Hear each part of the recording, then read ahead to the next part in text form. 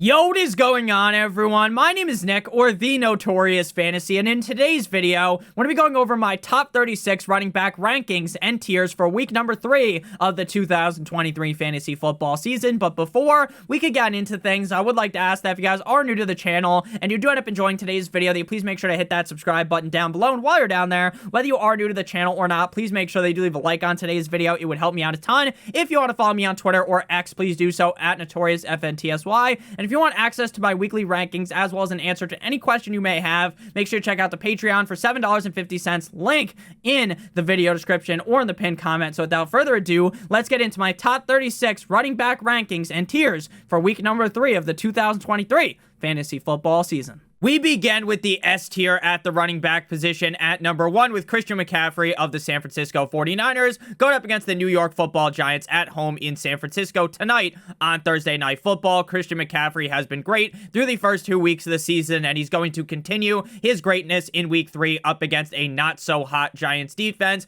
This could be a game that easily gets out of hand in the first half of the game, and then the third and fourth quarter we see a whole lot of Christian McCaffrey getting a bunch of carries. He's gotten 20-plus carries in both of the last 2 games. I could easily see him getting 25 in this spot up against the Giants. At number 2, we have Tony Pollard of the Dallas Cowboys going up against the Arizona Cardinals in Arizona. Now, Tony Pollard, from a size-based, isn't necessarily the biggest running back on earth, and that is going to make him struggle on the goal line against teams like the Jets, who are obviously a very solid defensive unit. But up against the Arizona Cardinals, even despite Tony Pollard's size, I think that Pollard will be able to sneak into the end zone here up against the Cardinals. The Cardinals do have one of the worst defenses in the NFL, and they're already dealing with a bunch of injuries, so Tony Pollard is a very safe option this week at running back, as is all of these guys inside the S tier. At number 3, Bijan Robinson of the Atlanta Falcons going up against the Detroit Lions in Detroit to start off his NFL career. 2 games inside the top 9 at the running back position in PPR. The Detroit Lions defense just got a train ran on him by the Seattle Seahawks last week, so we should expect that Bijan Robinson is going to do very well in this game. We saw a lot of Tyler Algier last week, just like in week number 1, and I get that going forward all season it is going to be frustrating when Algier vultures Bijan Robinson, but at the end of the day, this is an offense that is built off of running the football. Bijan Robinson is a fantastic running back, one of the best running backs in the NFL, and he deserves his spot inside the S tier this week up against the Detroit Lions. Moving to the A tier again, we did just talk about how the S tier guys, you're starting all of them.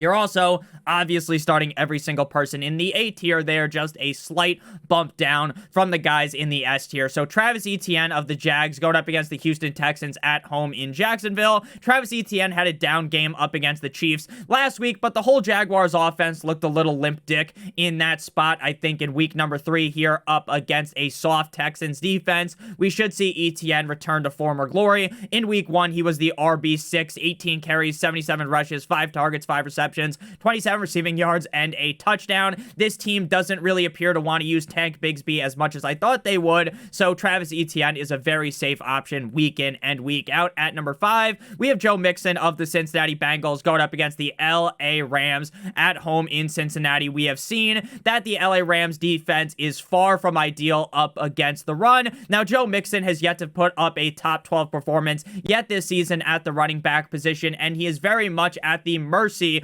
of Joe Shiesty in this game. If Joe Burrow does not end up going and they end up having to go with Jake Browning, Minnesota Vikings legend, then Joe Mixon's value would definitely plummet. I would drop him down a tier, but right now, assuming Joe Burrow is going to tough it up and play in Monday Night Football, or the second doubleheader on Monday Night Football, Joe Mixon is a guy that I 100% want in my lineup. Again, I think this is a huge bounce back spot for Mixon. At number 6, we have Kenneth Walker III of the Seattle Seahawks going up against the Carolina Panthers at home in Seattle. Week 1 was kind of for Kenneth Walker, but week number 2 was a bigger game for Walker up against the Detroit Lions. 2 touchdowns in that spot, RB14 on the week. The Carolina Panthers defense might be a little bit sneaky good, but at the end of the day, the Panthers offense just cannot move the ball. The Panthers offense moves the rock at the rate that old people fuck, which, if you didn't know, was incredibly slow, running at a tortoise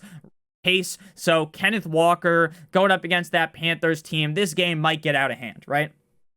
Now, again, the Panthers defense might be sneaky good, or the opponents they've played might just be pretty bad. So I think Kenneth Walker is going to stomp all over this Panthers defense. At number 7, Josh Jacobs of the Las Vegas Raiders going up against the Pittsburgh Steelers at home in Viva Las Vegas. Now, Josh Jacobs has yet to crack the top 24 at the running back position, but I am not going to give up on Josh Jacobs. It does appear the fact that he wasn't at a majority of training camp with the team due to the contract disputes prior to him putting his John Hancock on that contract obviously might have led to him starting slower on the season. I still do believe strongly, though, that Josh Jacobs is one of the better running backs in the National Football League. The matchup against the Steelers isn't necessarily the best, but we did see both 9-inch Nicholas Chubb prior to him getting hurt and Jerome Ford look good up against the Steelers on Monday Night Football. So I think Jacobs will be just fine. Even if he doesn't have like a top 10 performance this week, I think he will.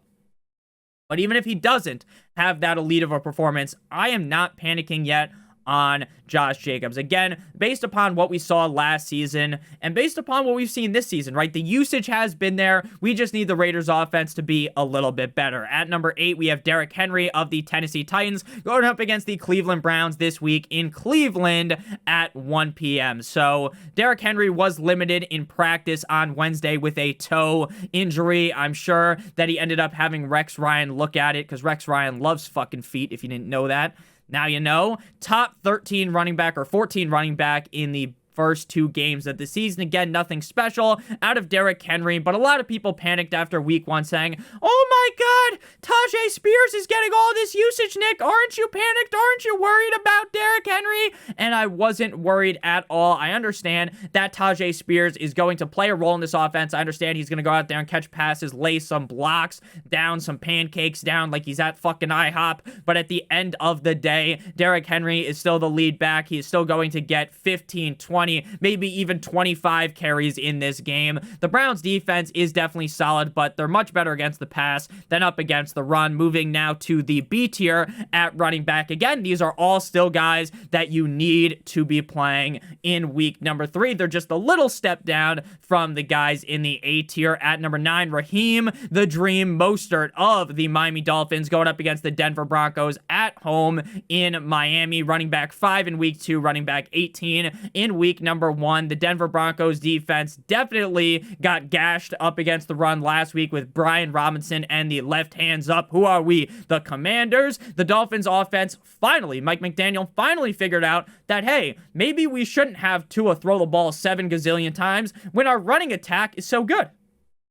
Now, I get Raheem Mostert isn't fucking Bo Jackson. He's not Barry Sanders. He's not McCaffrey. He's not one of the better running backs in the NFL. But the Dolphins' O-line is, even as a Dolphins fan, surprisingly really good. Their run scheme is good because Mike McDaniel has that Kyle Shanahan system in him, right? That fantastic running upside of an offense, right? The run scheme is very good. So Raheem Mostert is the RB1. Salvin Ahmed may play, may not play. If not, Devin 2 Chains will be the RB2, and Devin A. Chain more of a pass-catching back. So Raheem Mostert, who's caught 3 total passes through the first 2 games of the season, if he loses some of that work to A-Chain, it really is what it is. I think Mostert has the upside to score 2 touchdowns, just like he did last week, and thus he is ranked as a top 10 back for me on the week. At number 10, we have Ramondre Stevenson of the Patriots going up against the New York Jumbo Jets in MetLife. Running back 13 in week 1, 17 in week number 2. Ramondre Stevenson is clearly the best running back on the Patriots, but you will see whole drives where Ramondre Stevenson is cast to the side, stiff-armed by Derrick Henry into Middle Earth for fat boy Zeke Elliott to run out there and get 2 fucking yards a carry. Why is Ezekiel Elliott seeing as much work as he is? You are 0-2, Bill Belichick. 0-2, not 2-0. 0-2. Stop experimenting with Ezekiel Elliott. Stop trying to get cute, Bill O'Brien. Run the rock with Ramondre Stevenson. Johnson. He saw a dip in terms of targets in week number 2 against the Dolphins. I expect the targets to come back up in week number 3. Again, not the most ideal matchup against the Jets, but you know the volume's going to be there. And I think the volume's going to get higher as Bill O'Brien continues to realize that Ezekiel Elliott is incredibly washed. Moving now to running back number 11 here, we got Kyren Williams of the LA Rams going up against the Cincinnati Bengals in Cincinnati. Cam Akers got sent in a trebuchet to the Minnesota Vikings. They kicked him right the fuck out of there for just some middle round picks, late round picks.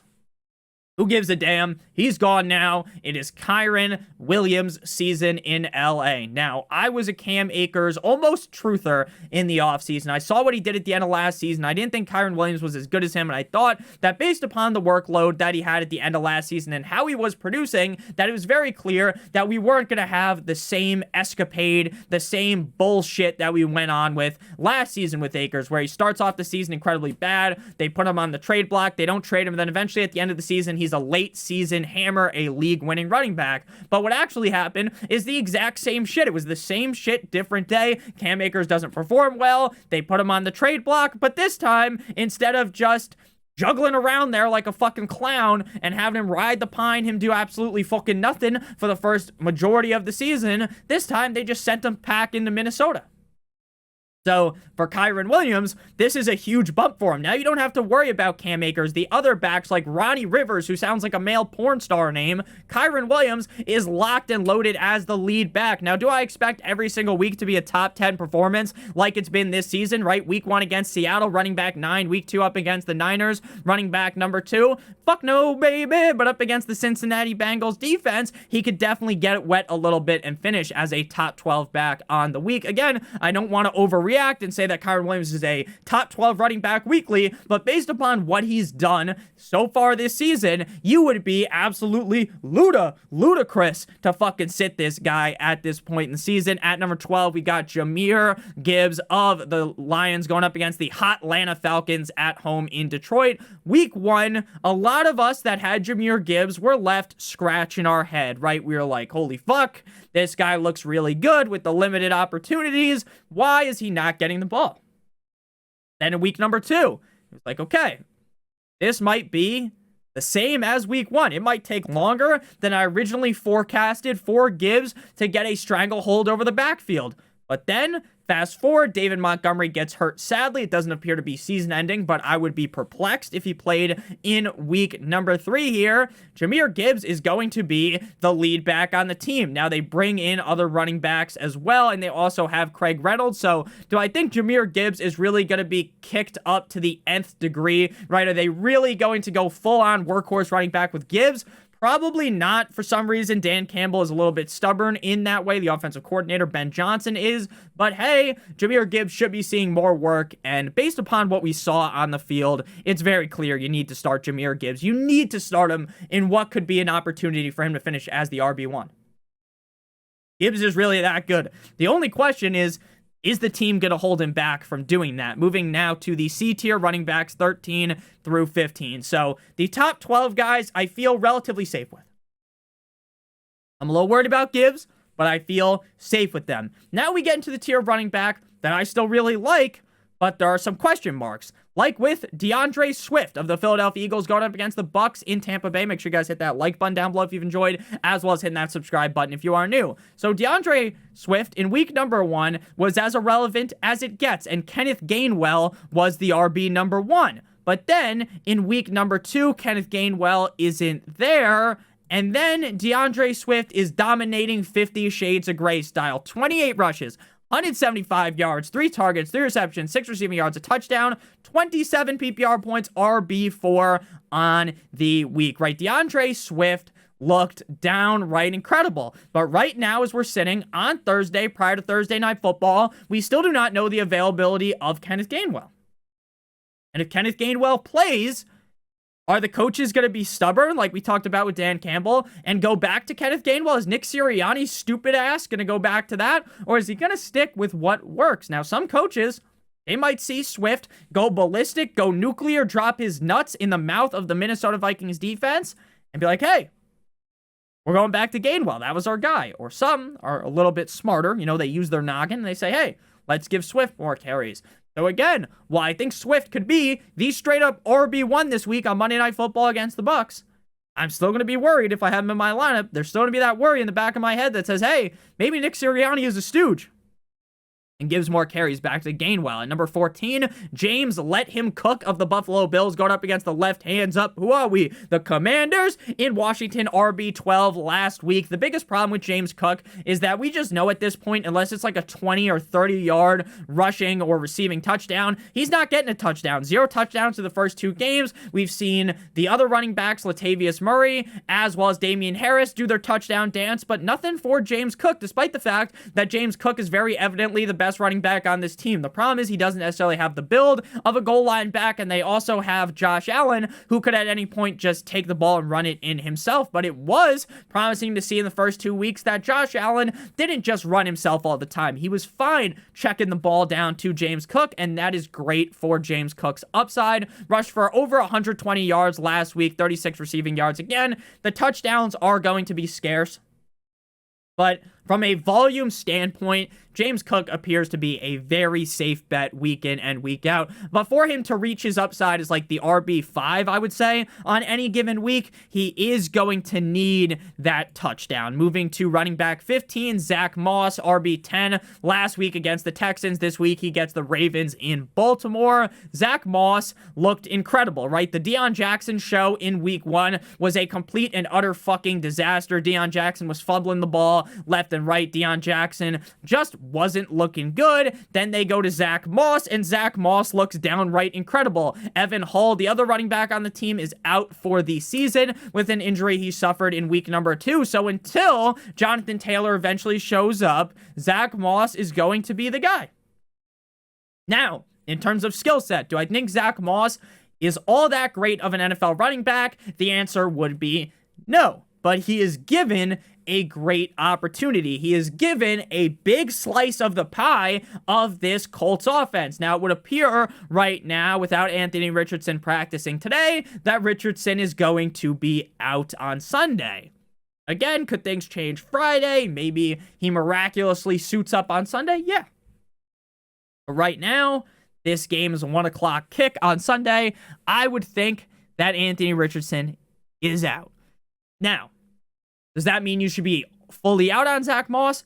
No, but I can't rank him higher than I have because with Gardner Minshew under center, we know the offense is going to be a little bit, or maybe even a lot a bit worse. Moving now to the D tier, but before we can get into the D tier running backs as well as the rest of the running backs for today's video in the top 36, I would like to give you guys a quick word for our friends and our sponsor over at Underdog Fantasy. Underdog Fantasy is back this week with yet another great offer for you guys. Whether you are new to Underdog Fantasy or not, you can take part in this. Underdog is back and giving $10,000 out again to 10 lucky winners who use this Tyreek total yards pick. That's $100,000 this week. 10 winners will be selected at random from an eligible customer who makes an entry with this pick. And this is just the beginning. We're going to bring you new, exciting sweepstakes every single week. All you have to do is enter. There are no requirements for winning. So if you take higher than the yards and it ends up going lower, or your other pick that you match with it doesn't hit, doesn't matter. You could still win the $1,000, as well as there's no minimum fee. So if you want to do just $1 on your pick'em slip, that's fine as well. So we're going to go with higher for Tyreek, higher than 85.5 total yards, and match it with just one other pick. Sadly, they do not let you match it with the just 1 yard for Daniel Jones. So we are going to go with Daniel Jones tonight, higher than 37.5 rushing yards. We could put just $1 down on this and potentially win the sweepstakes of $1,000 this Sunday. How the pick'em works, though, in general, if you put 2 picks in, you get 3 times your entry buy-in if it all hits. If it doesn't hit, obviously, you won't get paid out anything. You can also insure your picks if you do 3 picks and they all hit 6 times, 4 picks and they all hit 10 times, 5 picks and they all hit 20 times your entry fee. If you are new to Underdog Fantasy, they have a great offer for you as well. You have a first match deposit bonus of not just $100 now, Up to $500, you deposit $500. They give you an additional $500. You deposit $100, additional $120, additional $20. Minimum deposit on Underdog is $10. Link in the video description, or use promo code Notorious. If you have a gambling problem, make sure you call 1-800-GAMBLER. Back on into things at number 16 to begin the D tier, we have Rachaad White of the Tampa Bay Buccaneers going up against the Philadelphia Eagles at home in Tampa. Now, I was far from a Rachaad White truther, mostly because this guy was as effective as something that is completely ineffective, right? Trying to brush your teeth with your fucking grandma's finger, right? Doesn't work out very well, but 17 carries week 1 doesn't do too much with it, but then he gets 17 carries week 2 and looks really good, running back 8 on the week, and we know Rachaad White is an excellent pass catcher. This Eagles defense is a little bit suspect, dealing with some injuries, and definitely doesn't look like the Eagles defense that was a stone wall like Jackson from the Revolutionary War, right? So at the end, the Civil War, not the Revolutionary War, the Civil War, sorry for all you history guys out there, I'm a history guy as well, but I misspoke, I apologize, but Rachaad with 2 A's White actually looked good in week 2. Looked a lot more effective, and I think we can roll him out with confidence this week against the Eagles. Again, especially since that Eagles defense looks a little bit suspect. But again, with these D-tier guys, we're starting to get a little bit more deep into things. A little more question marks for all of these guys. Again, these guys aren't guys that I'm trying to sit, but there are more questions. These guys are not as good of players as the guys ranked ahead of them. At number 17, we have B-Rob. Now, some people might say, Nick, this is a little disrespectful. Brian Robinson's been a top 15 running back in both games. He was the RB1 last week. Didn't you watch the game, Nick? He had 2 touchdowns, 87 rushing yards, 42 receiving yards, 29 fantasy points, and finished as the RB1. And then week 1 against the Cardinals, he looked really good as well. And I agree, he has looked good. But they've won both of those games. Are they going to win up against the Buffalo Bills? Probably not. Now, the game script against Denver went very opposite of what it should have been, right? The Denver Broncos were fucking piping that ass like they were a plumber early on in that game, right? The Denver Broncos were up big, and they started choking in the second half. Brian Robinson looked good, though, in that game. So could Brian Robinson succeed against the Bills defense? 100%, but I think this is the toughest test for him out of Arizona, Denver, now Buffalo. So again, not trying to devalue Robinson, shit on Robinson, say he's a bad running back, because I don't think that. But I want to be very realistic as we get deeper into the rankings that there are some downsides. He is currently, though, the RB3 on the season, so we do definitely need to respect him. At number 18, we got James Conner of the Arizona Cardinals. 2 games inside the top 20 at the running back position. James Conner, we say it every single week. He is probably the grossest running back to play in fantasy football right now that will actually do something for you, right? When you put James Conner in your lineup, you start to shiver. You start to maybe fucking start feeling like you're going to puke or something, like you got a case of the shits, like you just ate $30 at Taco Bell. But at the end of the day, once you start him, it's like, okay, he looks good. He rushed for over 100 yards in week 2, got a touchdown. The Cowboys defense is definitely tough, so I don't expect as big of a game as in week number 2, but he's a very reliable top 24-ish running back, and maybe Josh Dobbs is just sneaky good.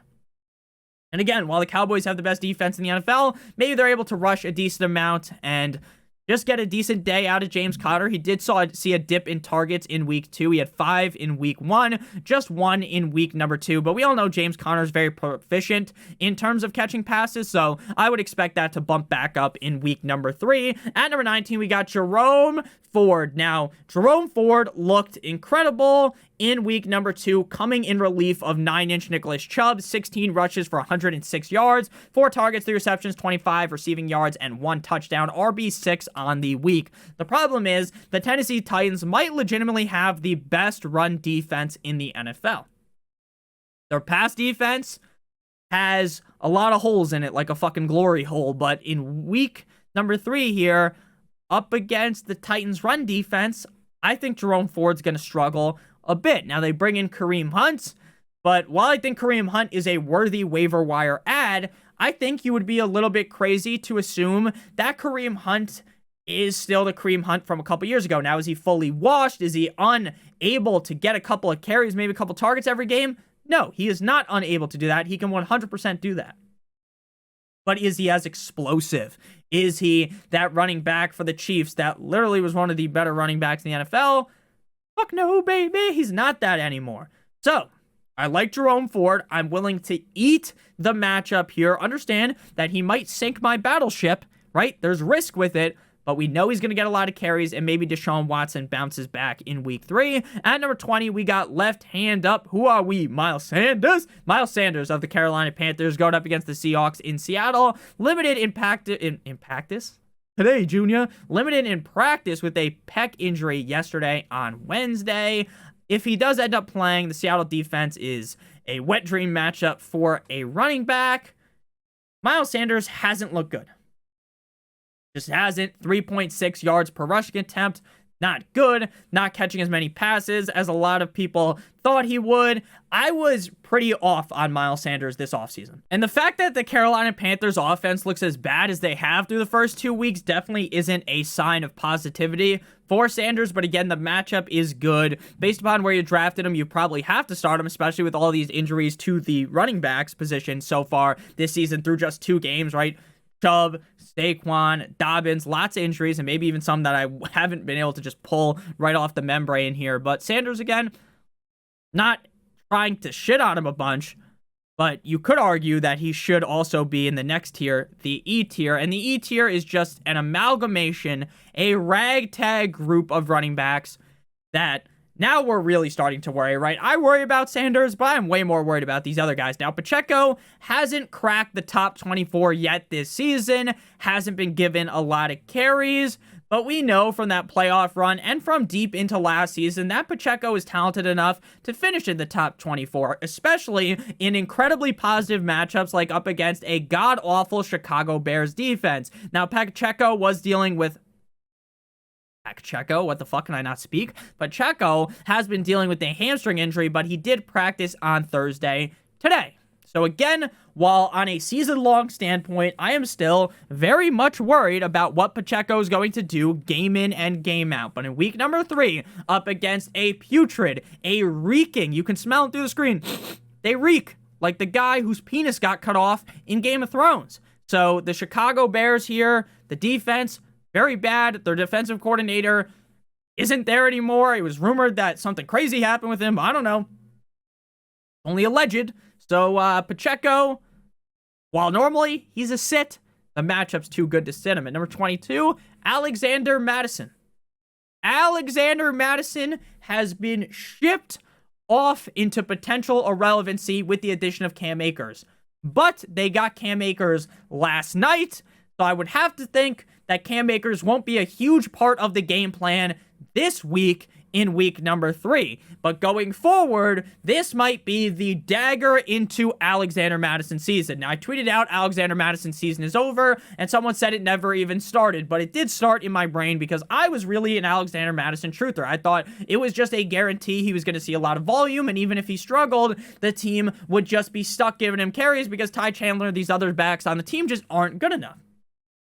And again, while Cam Akers looks like a steaming pile of dog shit, he is going to quantify carries. So this week, I'm fine going with Akers as a start. But next week, things are going to be bad. Hopefully, Madison can actually have a big game up against a not-so-good Chargers defense. And then, maybe he'll be able to fend off Akers. Or maybe the addition of Akers lights a fire under Madison's ass and he starts running better. Either way, though, I'm definitely concerned. At number 23, Javonte Williams of the Broncos going up against the Miami Dolphins in Miami. Okay matchup for a running back here. The Dolphins defense last year and to start off the season hasn't really been the best up against the run. We saw in week 1, they got tag teamed by Josh Kelly and Austin Eckler. Week 2, a little bit better against Stevenson and Zeke. Javonte Williams has yet to crack the top 24 at the running back position, but I will note that I think as the season prolongs, Sean Payton is going to ramp Javonte Williams' production up a ton, and he's also been seeing a decent amount of targets, 6 targets week 1, 3 targets in week number 2. The game script here might go very wrong for Javonte Williams, right?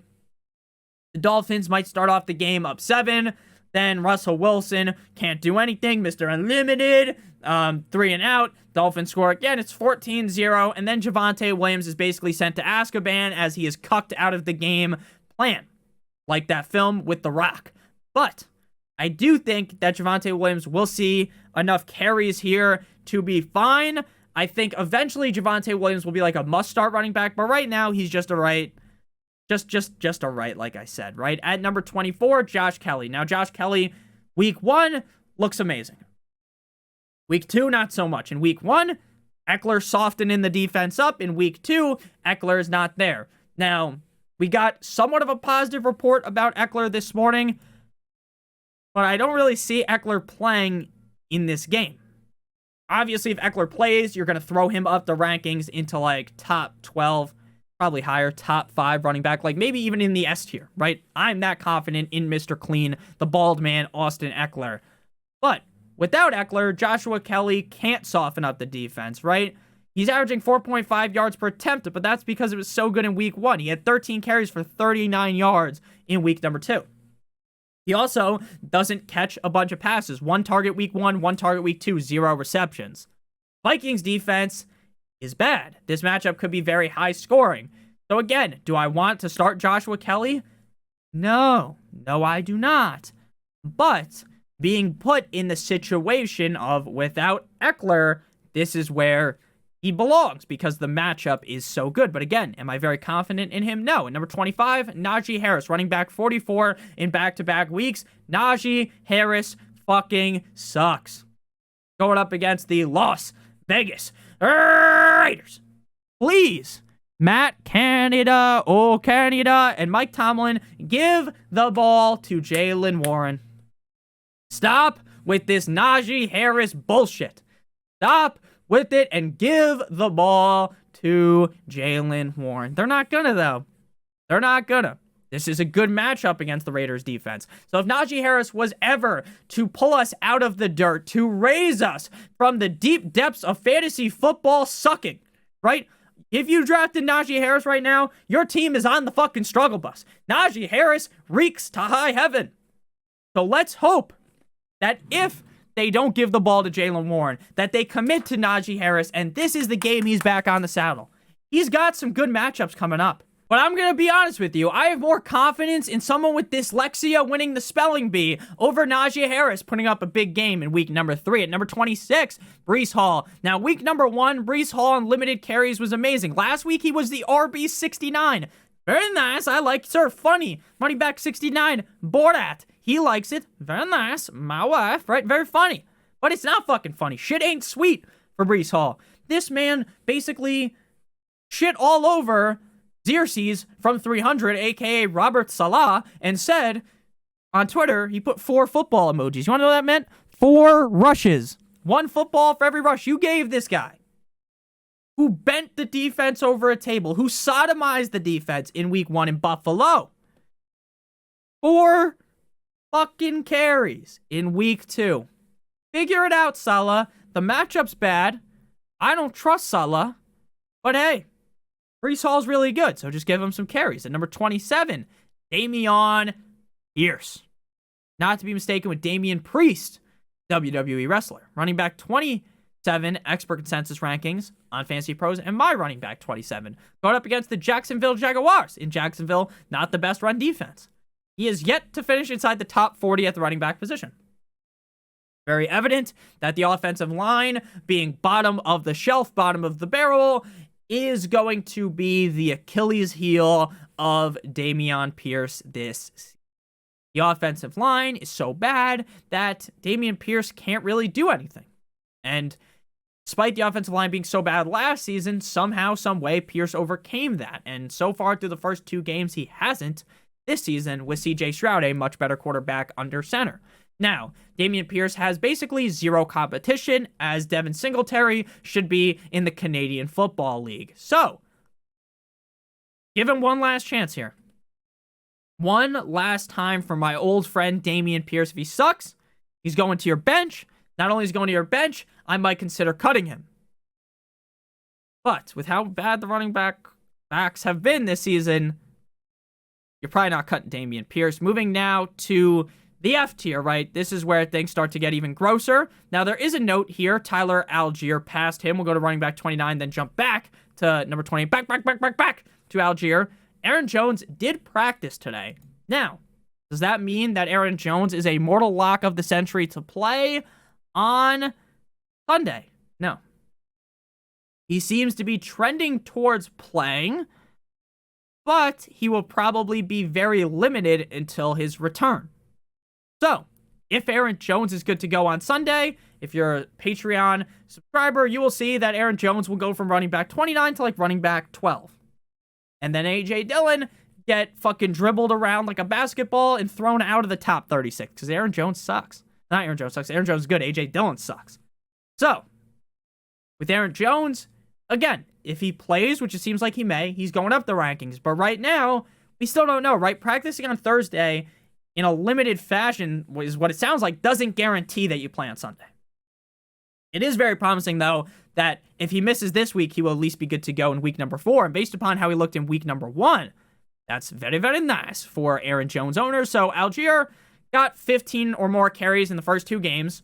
If he scores a touchdown, you're going to be happy. If not, he's probably not going to be an ideal start. But again, the running back landscape is atrocious. The Falcons offense runs on running the ball. The Lions run defense isn't amazing. So Algier's running back 28. Again, Aaron Jones, to kind of finish my point here, put a bow on things, he was the RB1 in PPR in week 1. The matchup against the Saints isn't the best, but as long as he plays, you are going to play him and move him up the rankings. Number 30, A.J. Dillon, given the baton to start as the RB1 against the hot Atlanta Falcons. 15 carries, 55 rushing yards last week, 1 target, 1 reception, 8 yards, 7 fantasy points. Not good. Not good at all, Jim. So if A.J. Dillon is the guy again, while sure, he's guaranteed to get a bunch of touches, not going to do much with it. I mean, if you got points per how thick this guy's quads were, he'd be a must start. But in regular fantasy football, not so much. Number 31, Jaylen Warren, running back 20 last week. I'm telling you guys, we need to give this guy the ball. 6 targets, 4 receptions, 66 yards, 6 rushes for 20 yards. Running back 20. He's cracked the top 20. Najee hasn't. So, pretty clear we need to give the rock to Jaylen Warren. But I know, while I have Jaylen Warren ranked as running back 31, he's probably going to be running back 57 this week because they don't give him the ball. Mike Tomlin, Matt Canada need to figure it out. To close things out here, we got the running backs that are even grosser. We're getting even grosser, baby. The G spot, the G tier. Number 32, Gus Edwards. It seems like Justice Hill isn't going to play. They have other running backs on the roster, but you would think that Gus Edwards would be the guy getting the touches. The Ravens offense definitely looked better in week 2 compared to in week number 1. So I'm pretty confident here that Gus Edwards will be just about all right. But it doesn't really feel like Gus Edwards is the lead back, and they're going to go with more of a committee approach. At number 33, Roshan. I saw some reports that Roshan's going to be the guy going forward over Khalil Herbert. How true is that? Who knows? The Bears, again, are a dumpster fire, and this fact that the offense is so bad is limiting Khalil Herbert as well as Roshan Johnson. But right now, based upon that report, I'm ranking Roshan ahead of Herbert. At number 34, Matt Breida will be the lead back for the Giants, but he gets a tough test, right? The 49ers defense is rock hard, like your cock after you take a Viagra. So Matt Breida should be in for an okay game. But again, unless you're really down bad, you don't want to start him. Number 35, Khalil Herbert. Again, we did push Khalil Herbert down the rankings. I still think he's a good running back. I still like the matchup. But the problem is the Bears offense is just dick cheese. And closing things out, number 36, get your kicks on Route 66, running back 36, Jets running back, Dalvin Cook. Now, Breece Hall barely got any touches week 1, or in week 2. Neither did Dalvin Cook. They both had 4 rushes, so 8 total rushes for the running backs. I know things got out of hand against Dallas, but things shouldn't get out of hand against the Patriots. So, Salah just run the ball gently down the stream so that Dalvin Cook could finish as a top 36 running back, and hopefully Breece Hall could bounce back. He took an L, but it's time to bounce back in week number 3. So thank you guys all so much for watching. If you did end up enjoying, make sure you hit that subscribe button down below as well as hitting that like button. It would help you out a ton. If you want to follow me on Twitter, please do so at NotoriousFantasy. Again, if you want to check out my Patreon for my weekly rankings, as well as answering every single question you guys have, check out the Patreon for $7.50. Link in the video description and the pinned comment. Love you guys all so much. Hope you have a great one. And as always, good boy.